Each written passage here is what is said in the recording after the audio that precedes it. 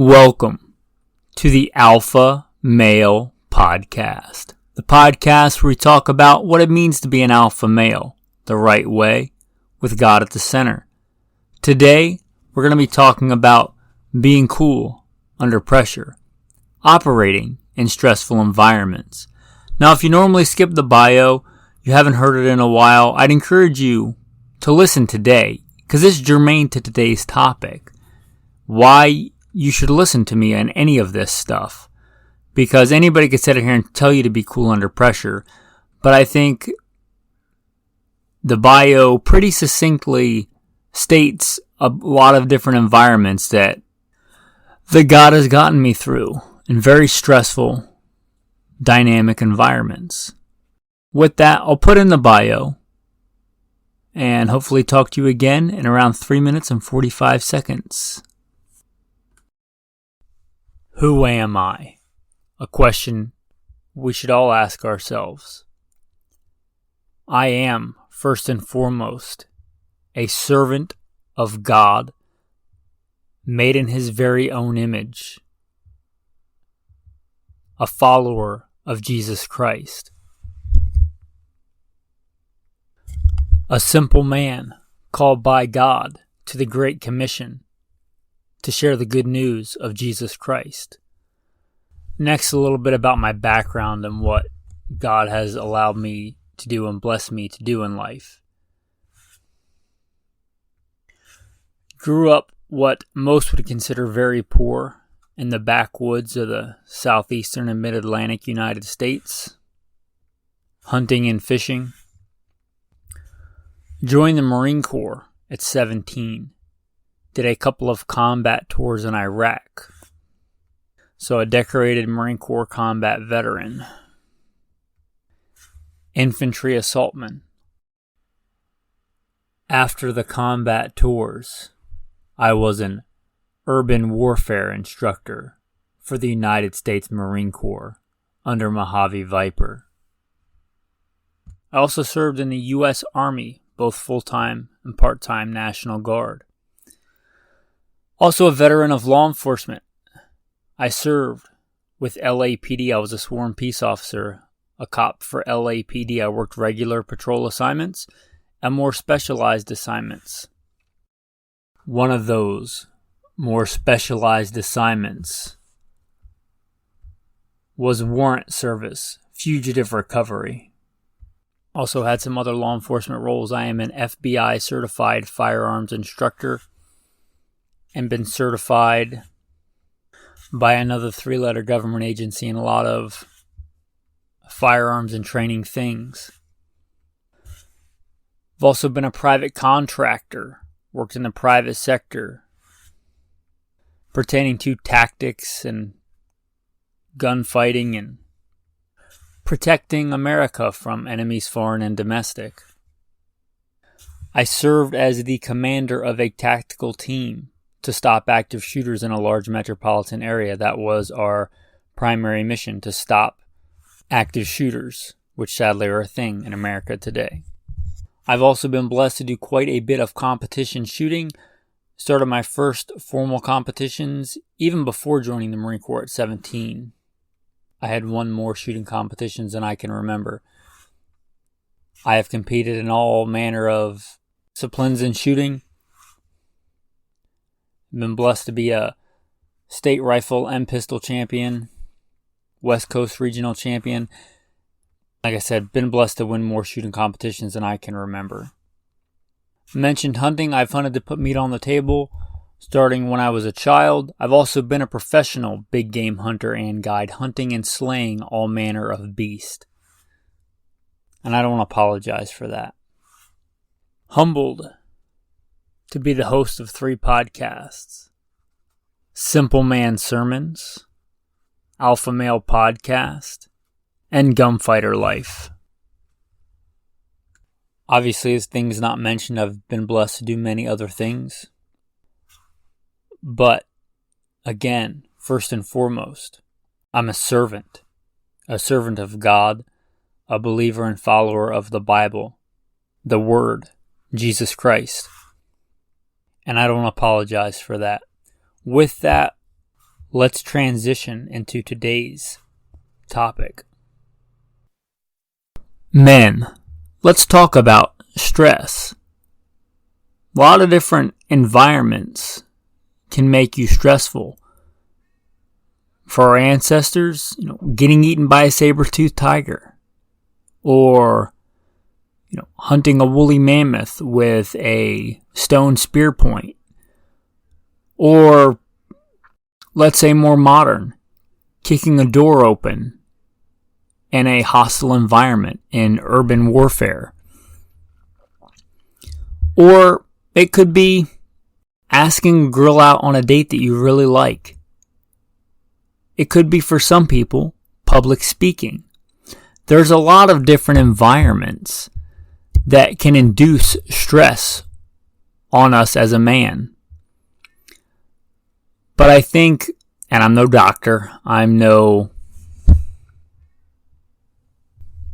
psychologist, but it seems to me that whether it's the stress of getting eaten by a saber-toothed tiger or the stress of public speaking, for a lot of people, physically and perhaps psychologically, it does similar things. And that may seem weird and strange, but it can do the same kind of things. That same kind of fight or freeze or flee response. And a lot of times, one of those three is the best option to survive. I tout myself as a survivalist, and I don't apologize for that, being a prepper, being a survivalist, and if you are, you shouldn't either. A lot of times, one of those three is the best response. If you're walking alone in the forest at night, which I have been in this very situation, and you can't see because you lost your light or whatever, or there's barely enough light of the moon, and you step on something and start to slip, the best thing to do a lot of times is freeze. You take another step, it may make the situation worse. If you find yourself in a stampede of cattle, fleeing is probably the right response. You're not going to fight a herd of upset cattle, of frightened cattle. Flee. Or fight. As in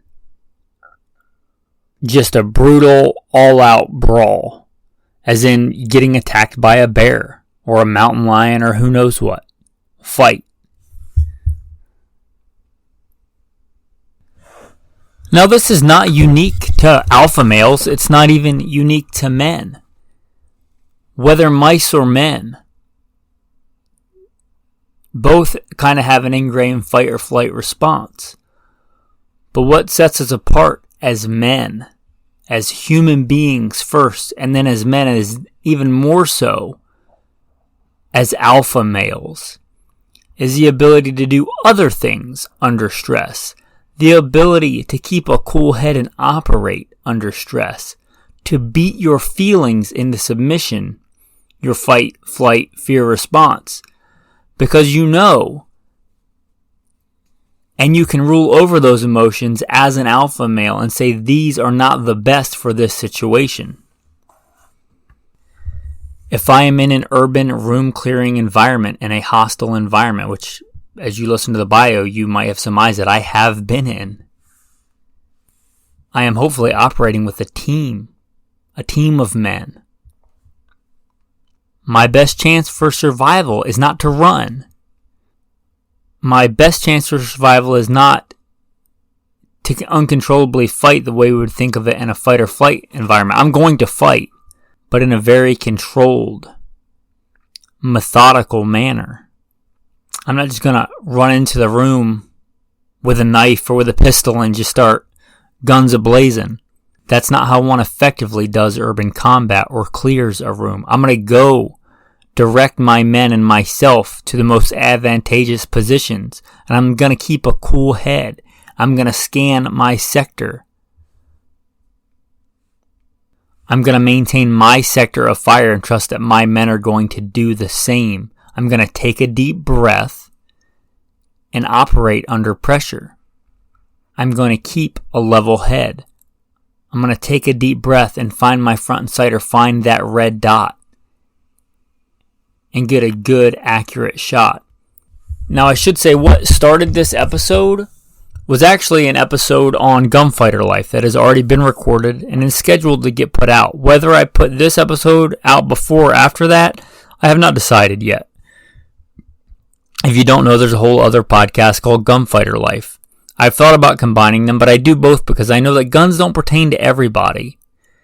And hopefully we discuss more and more important things than just guns. Yes, for all you gun fanatics out there, there are more important things than guns. And I started talking about this as stress accuracy, getting good hits with your weapon under stressful environments. A lot of times shooters, talk a lot about, they stress mechanical accuracy. How good is your gun off a bench? Well, how about stress accuracy? How fast and accurately can you shoot that gun under stress? And that kind of morphed into me thinking that there's a lot more to it than just shooting accurately under stress. That is a very important gunfighter skill. That's why that came out on Gunfighter Life. But that kind of morphed into today's episode, operating under stress. What if it's a job interview? What if you're interviewing for a job? What if you're asking out the girl you really think God wants you to marry? Like she's the one, right? Going up and asking her and not being a sweaty, disgusting mess of a man. Being cool, calm, and collected and confident. Because I don't care what feminism says. I don't care what all the garbage in society says today. Women want strong, confident men. Period. At least I believe, good, well-adjusted, healthy women want that. There are sadists and things like that in every category. Masochist, sadism. It's in everything. In every subsection of humans. But I'll say a good woman, a good, intelligent, strong woman is going to want a strong, confident alpha male. So act like that when you ask her out. Ask with confidence. If you do, now I don't know how that's going to turn out. That said girl may not be interested in you at all. But if you are confident, shoulders back, look her in the eye like a man, and are calm and confident, I'd say your chances are probably going to go up. And you may think a completely different world, and it is. But you're more likely to survive in urban combat if you do similar things, if you keep your head up, if you are confident, if you are collected, and don't freak out. If you can stay collected outside that doorway knowing that there's somebody inside that's going to try to kill you. If you just run in out of control, even if it's a fight response, if you just run in out of control, you're way more likely to get shot in the face than if you stay calm, stay collected, gather more intel on the outside of the room that you might need for the inside of the room. Is it a center-fed room? It is a right opening door or a left opening door. Does the door open in or out? Where are your blind spots likely to be? Considering the construction of the building. And I don't want to turn this into an urban warfare. As you heard in the bio, I've been an urban warfare instructor. I've cleared rooms both in practice and in actual hostile environments. But the point is keeping a calm, level head under stress. Not being an animal. Being better than an animal. Being a dominant alpha male in control of your emotions, especially in control of your fear, to face and overcome it and wrestle it down into submission and rule over your emotions, rule over your thoughts, rule over your actions like a man. That's part of being a man in general. And it's part of doing it under stress, being able to do that in a stressful environment. Again, whether it's going in for that first kiss or kicking down a door. There is a time to just go all out and fight. I've been in plenty of hand-to-hand combat. Time to just give it everything you have and just fight with everything you have. But a strong, intelligent alpha male will pick the time and the place if he's able to do that.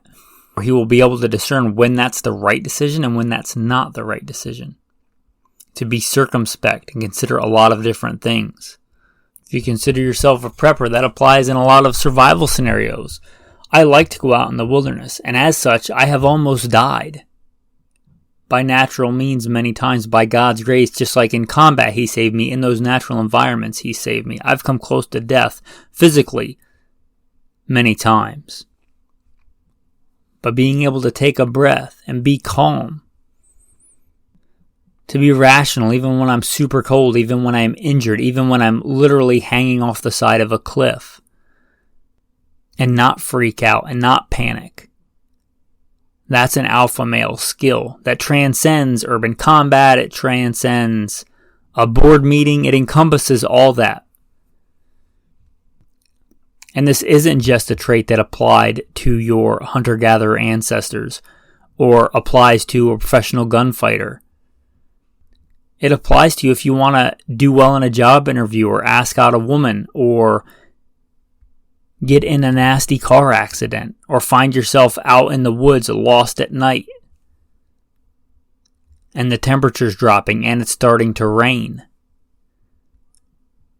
Or you've been shot or seen somebody else shot and you have to put on a tourniquet and you have to keep a level head and not freak out.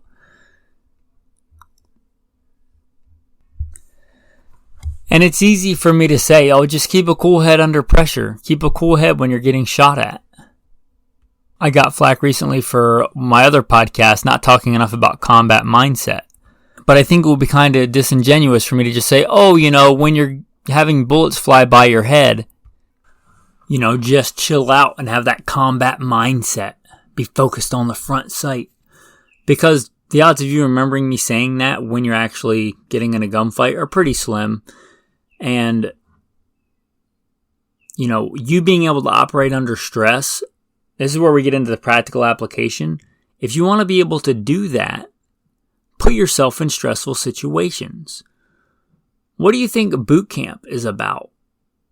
What do you think? I went to United States Marine Corps boot camp. I also went to LAPD Police Academy, which at the time, it may still be, was the longest police academy in the country. From what they told me, they take less than 1% of applicants.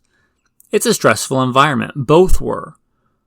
Marine Corps boot camp, most think of the physical stress. Well, for me, as a pretty accomplished high school athlete when I joined, it wasn't actually physically that stressful, but I'm a very light sleeper.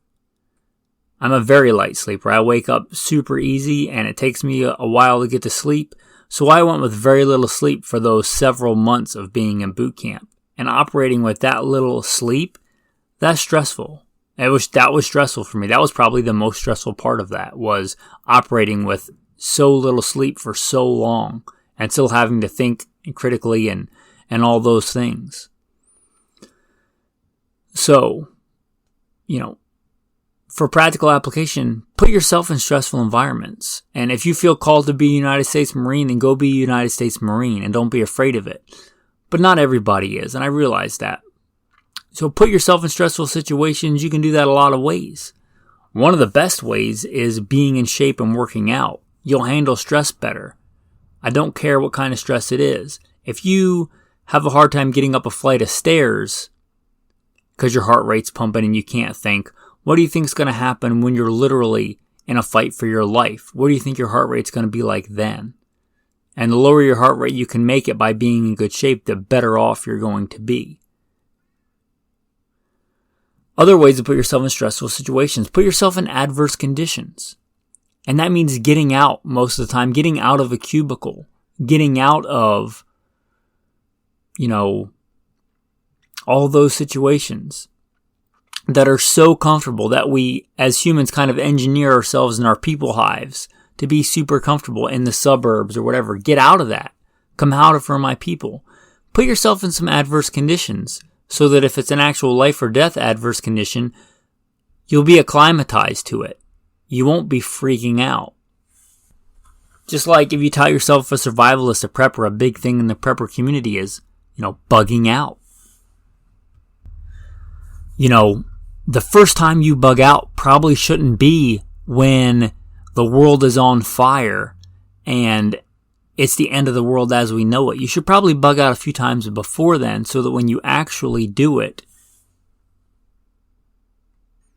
it's not a new experience, because you're going to do far better if you've practiced it. Just like a job interview. Likely their very first job interview, they're not going to be as good as their third or fourth job interview because they've done it before. So there's that. Just like I did an episode this year, Bug Out Actual, because I actually bugged out, like for real. Like there was a wildfire. That was an actual real world stressful event. There was thousands of acres on fire heading towards us. It was literally across the street, the next block over, by the time we were able to get out. It was a stressful environment. We operated better. I was able to think with a level head. One, because, as you heard in the bio, it's not my first rodeo. Not my first time in a stressful environment. It's not even my first time bugging out. My wife, who I'm very blessed and thankful to have, did very well too. It wasn't her first time bugging out. It was probably her first time bugging out for real. But we had done several, let's call them exercises, where we had lived off grid. We had a bug out location pre-designated that we had stayed at before. We knew how to get there. We knew where we were going. It went way smoother because we had done it before. And that's what I'm trying to get across to you here.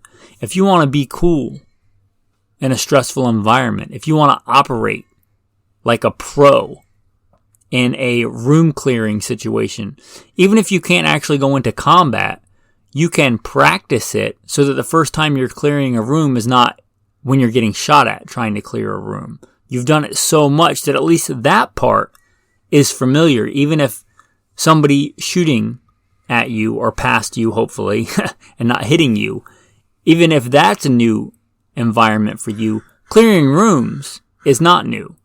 Just like me as a Marine, when I went to Iraq and was actually kicking down doors, I can't tell you the amount of, let's call them dry reps, I had clearing rooms. The amount of experience that I had in training, combat training. And even though the actual combat was brand new to me at one point when the invasion of Iraq happened, I had been to boot camp, I had been in stressful situations, and I had been in training. I went to the School of Infantry, Grunt University, as we lovingly call it. And that wasn't the first time. That wasn't the first time that I had been super stressed out, lack of sleep, lack of food, super stressed out and had to fire a weapon. Likewise, you should get the fundamentals of marksmanship in a nice controlled environment. But do you practice when you're tired? Do you practice when you're super hot? I remember one of my buddies, we were roomies back when I was a single bachelor, and we were roomies, and I told him I was going out to practice shooting, and I forget what the temperature was, maybe 105, 110, who knows, out in the desert, the Mojave Desert. And he's like, well, something like the conditions are pretty crappy. And I said to him, well, let's hope that when I get in the next gunfight, it's on a nice 72-degree day with no wind. But I don't know that. I don't want the first time I shoot in 110 degrees to be when I get in a gunfight on a super hot August day. I want to have shot in those conditions before, so at least that part is familiar. And again, I talk a lot about guns and gunfighting because I've, as you heard the bio, been a professional gunfighter most of my adult life. If you're planning on a job interview, though, let's put it in a whole different world. If you're planning on a job interview for a job that you really, really want, maybe sit down with a buddy or sit down in front of the mirror or sit down by yourself and play that through in your head. What are they likely to ask you? What are you most trepidatious about? What do you have the most reservations about?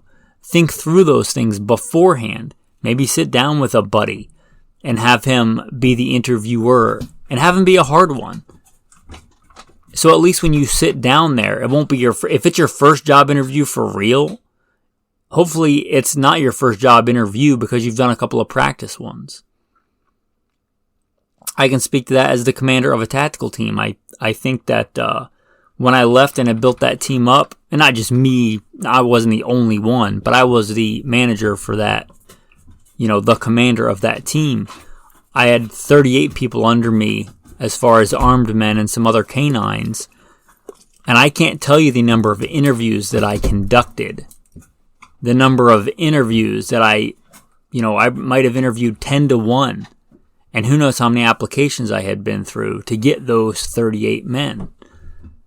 The point being, when those men went to sit down in front of me, I knew that I was hiring for a stressful environment, for urban combat, for a tactical team to stop active shooters. That's stressful. And if they were nervous in a job interview, that was really the only metric I had to go on of whether or not they were going to be cool under stress. So if they were super stressed out and nervous in a job interview, guess what? They almost as a rule didn't get hired. And although you may not be interviewing for a professional gunfighting position, just like I said, most intelligent, strong women want a strong, confident man. So be strong and confident when you ask her out. When you go to a job interview, most employers don't want a timid, nervous, shy, peeing in his pants man sitting in front of them. They want a strong, confident man sitting in front of them. Because if you're able to handle the job interview well, you're probably more likely to handle the job better. That's kind of the point of the job interview. So being able to operate cool and keep a level head under stress.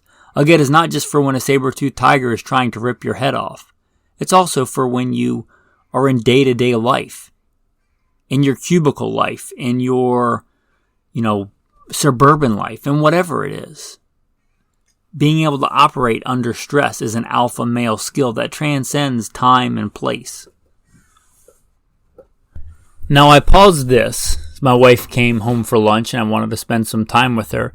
And it gave me some time to consider another thing, another aspect of this. Perhaps in this modern world, especially in America, we've tried too hard and been too successful at the wrong thing, which is taking all adversity out of life, taking all struggle out. I don't know that the main goal of our life as men should be to make our lives as easy as they can be. You grow stronger in adversity. A clear example of this is working out. You could go to the gym and make it super easy, but you're not going to become strong. You come to be stronger. You grow your muscles literally by tearing them apart. That's how your muscles grow. You tear them apart and they repair the space in between to get bigger and better. You literally get stronger by pushing yourself through hard things, whether it's a hard bench press or a hard set of pull-ups or a hard sprint. That's how you get faster, better, stronger as a man. If you apply that to life, perhaps our goal in life should not be to have the easiest, most cushy, suburban, cubicle life that we can have, with an income that gives us everything we want all the time. Everything, every time we want something or something's going to make life easier, we just put it in a shopping cart and order it on Amazon and have it in 3 days. Sometimes that's really nice, I'll be honest. But perhaps working hard to make something work instead of just buying a gadget. Or perhaps, I'm going to be careful here because I'm not raising children, but perhaps if you're a father, as that alpha male, perhaps your main goal in life should not be taking all the adversity away from your kids and making their life super easy, but making them strong men, helping them when they need it, but encouraging them to be stronger and fight through adversity. I imagine that's a life skill that will come in over and over again in their life. This isn't a new idea. This reminds me of the book on Theodore Roosevelt, A Strenuous Life, where he pushes himself to be stronger, even though he grew up in a wealthy family, I believe had property in New York. He pushed himself to go to the frontier and hunt hard and go on expeditions and be in the military and do charges with his men getting shot at, putting himself in those conditions that he easily could have gotten out of. He didn't see his goal in life to get out of hard situations, but to put himself in hard situations to be a stronger man. There was a whole movement back then called muscular Christianity. Kind of wish we'd bring that back, muscular Christianity. Because that is, again, one of the marks of being an alpha male, being cool under stress, performing well under pressure, And just like anything else, the more you do that, the better you'll be at it. And do it in a way that you can put yourself in a stressful situation so that you know how to operate under stress and you will operate better under stress. Forge yourself as a man. Put yourself through a crucible from time to time. I realize that most men won't, and most men will just look for the easy way out and be content with their cubicle life and their suburban life. This is not the Average Man podcast. This is not the Beta Male podcast. If you're an alpha male, push yourself to be better, to be stronger. Push yourself to operate under stress. I use an example, I'll reiterate it. If you taught yourself as a survivalist, as a prepper, if you think the end of the world as we know it is coming tomorrow, man, and, the zombie chipmunks are going to descend upon us. And I'm half joking there, but I'm a prepper, I'm a survivalist. But if you're thinking that's actually going to happen soon, again, what do you think's going to work out better? If that's the first time you've ever had to bug out and literally, everything is burning down around you, or if you've done it a few times, if you've bugged out, if you bug out with your family several times, which one of those you think is going to go smoother? Who do you think is going to perform better in this situation as a man? For whatever reason, you find yourself in an altercation and you get punched in the face. Getting punched in the face freaking hurts. Who do you think is going to do better? The guy that's the first time when he's in a fight for his life who just got punched in the face? Or the guy that's been punched in the face who knows how many times? I literally can't recall the number of times I've been punched in the face. Either in practice and sparring and ground fighting and wrestling, or in actual combat where like somebody was actually physically trying to do me harm in a real life scenario. I can't recall the number of times I've been punched in the face, have my nose jacked up,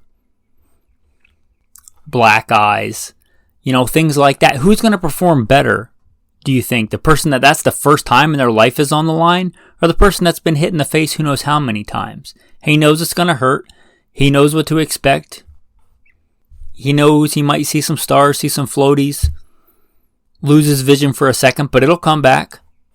He's been in that situation before. He's been in that stressful situation before. No, I'm not telling you to go out like Fight Club and go beat yourself up, But maybe some kind of physical hand-to-hand combat training, I would submit, is good. And if you never get in an actual hand-to-hand combat in real life, good. I'd say that's great. But if you do, you'll be ready. And you might be able to apply that stress. And when an opponent gets the best of you and is on top of you, literally pummeling you, you can apply that stress to a job interview or asking a girl out. Again, as we talked about, let's wrap this back to the beginning. Let's, complete this circle. Although the situation is very different between, let's say asking a pretty girl out or getting shot at, your body, your mind, the physiological effects of that stress is very similar, whatever the circumstance it is that brought it about. And being able to operate under stress, whether it's a job interview or a fist fight, the ability to be cool under pressure and operate under stress transcends all that and is an alpha male trait useful in life, in ancient times, in modern times. In the world of today, the world of yesterday, and the world of tomorrow. That's an alpha male skill. Having dominion over your environment is not just an alpha male trait, it's a commandment from God. Having dominion over your environment and subduing it. That's a commandment from God you'll find all the way back in Genesis. Be a man, be an alpha male, have dominion, be in control. Especially useful in a super stressful, high stress, high tension environment. If you like this podcast, if you think this is a message men need today in this world, especially, and not just in America, I know that I'm blessed people listen in New Zealand, people listen in South Africa and India. And I'm very blessed. Wherever you are, if you think that young men, old men, men in general, need this message preached to them, don't just think that. Help support it. Go to goodshepherdtraining.com or just click the link. There should be a Patreon link in the show notes. And put your money where your mouth is. I literally did this podcast for years with it costing money.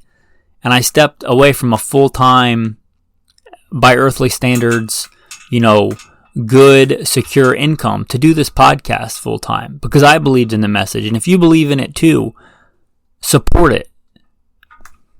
Put your money where your mouth is.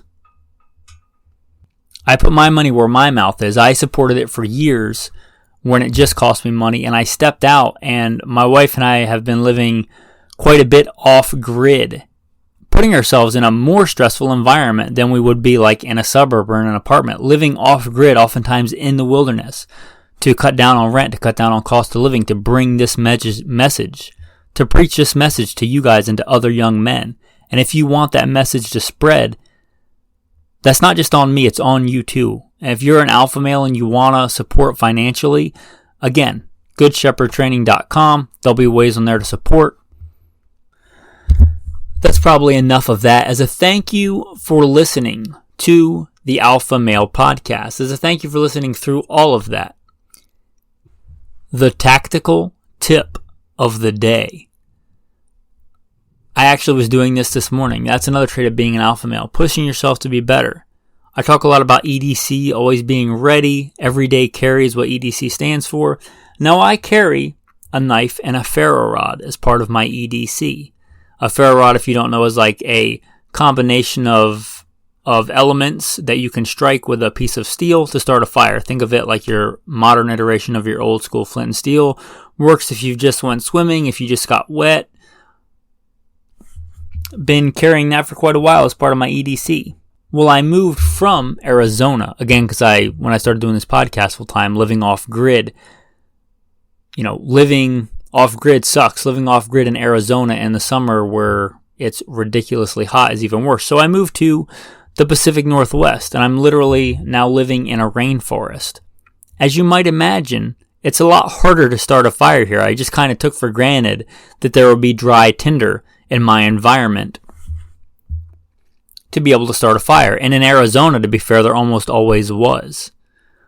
But in the rainforest, things may have never been dry. Finding dry tinder is quite hard.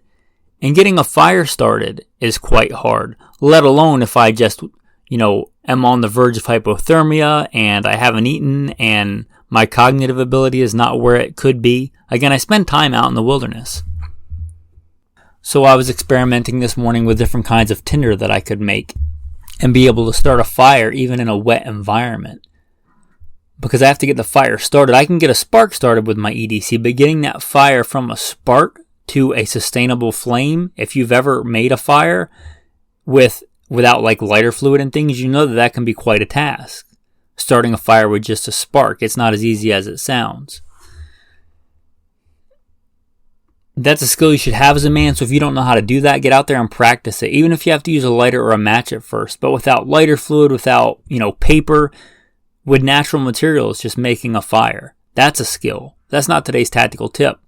One of the ways to keep stuff dry in your EDC in your pockets is a straw. Take just a regular old drinking straw and take a pair of needle nose pliers, heat them up to where they're hot enough to melt plastic, and you crimp one end of that straw. Then you stuff it with cotton, dryer lint, tissue paper, some kind of tinder, and not the dating app, but actual tinder. Stuff it with that tinder. And then taking that pair of pliers, heating it up again, and crimping the other end.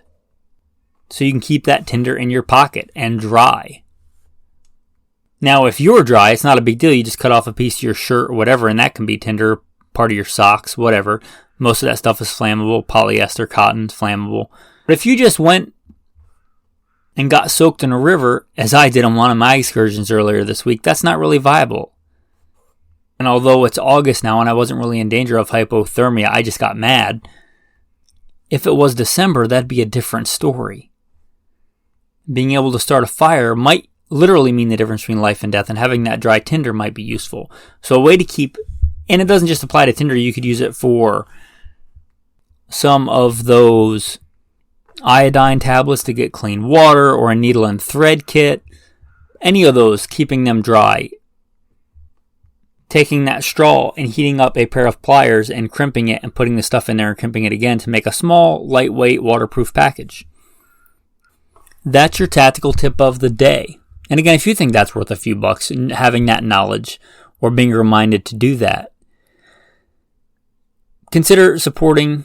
We already talked about Patreon. I really hope that you'll consider doing that. If you've been on the fence for a while, I hope that you'll consider doing that to get this message to more men.